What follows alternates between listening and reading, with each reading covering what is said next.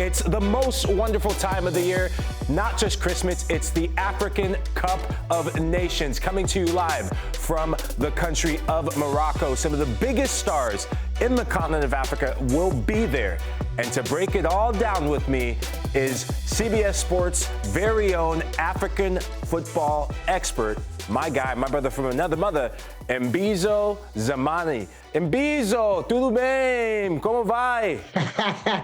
Tudo bem, Mikey. I love that jersey. I know, man. I had to rep. We were talking in the chat. We were talking about all things, Flamengo. But I want to talk to you about all things AFCON. I mean, the African Cup of Nations kickstarts in, I think, about 9 days. And when you're looking at it, where does this competition rank in terms of importance, in terms of visibility, in terms of badassness on the international stage?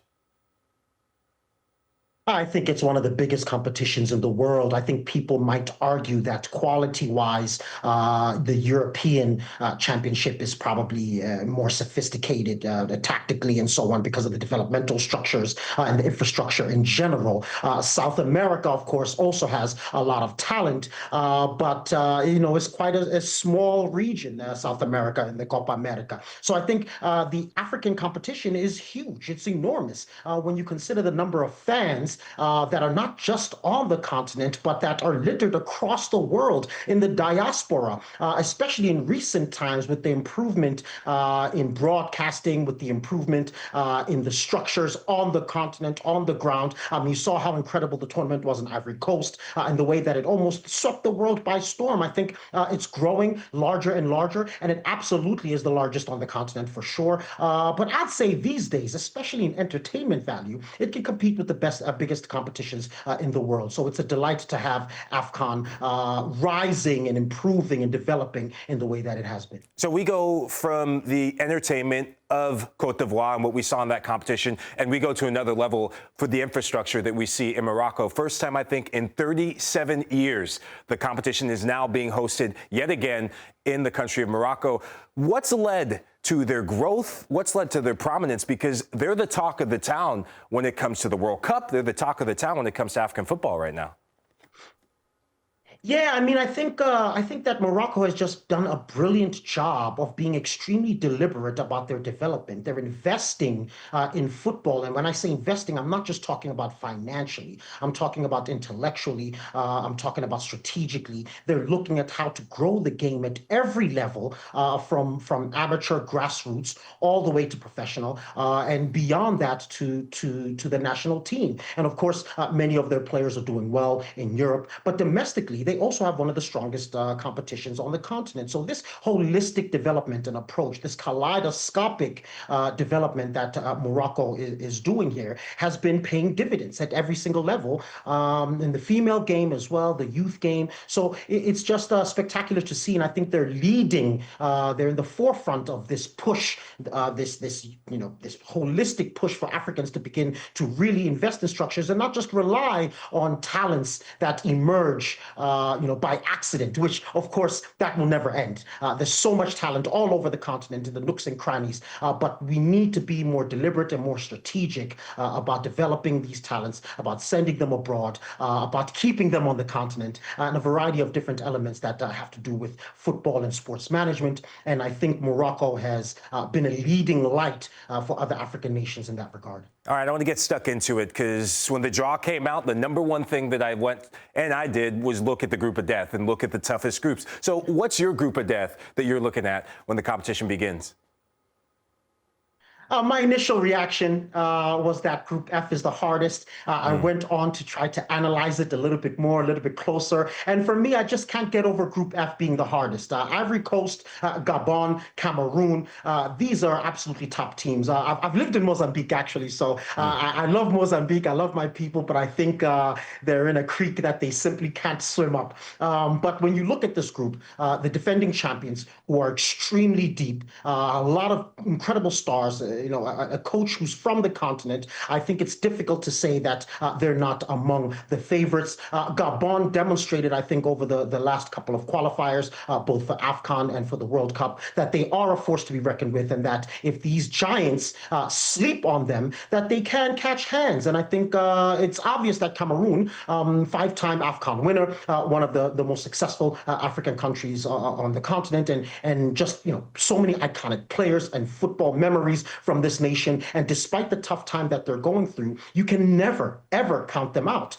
So this group for me is extremely difficult, and I think that the teams that come out of this group have a good opportunity to go quite far because of the competition they will have already faced. Yeah, the Cameroon team, that's a big talking point because some big names and iconic players for the national team snub Samuel Eto'o. We're going to come after you if you don't get out of the group. I don't think they do. I'm going to go to my group, and that is Group D. You get a group with Botswana, who I think they'll get handled, but Benin showed some promise in their group with Nigeria. They'll have a big talking point and a big say in this, feeling a bit gypped about what happened in terms of the World Cup qualifying. And then you go to DR Congo and Senegal. I mean, naturally you'd think Senegal would be the ones to run away from the group, but this Benin side, I think they have enough to get an Akeji match and maybe pip a DR Congo. I think three teams could come out of this group. You think of a Steve Mooney who can get you goals. He's proven goal scorer with his time at Brest, so keep an eye on that group as well. I can't wait to see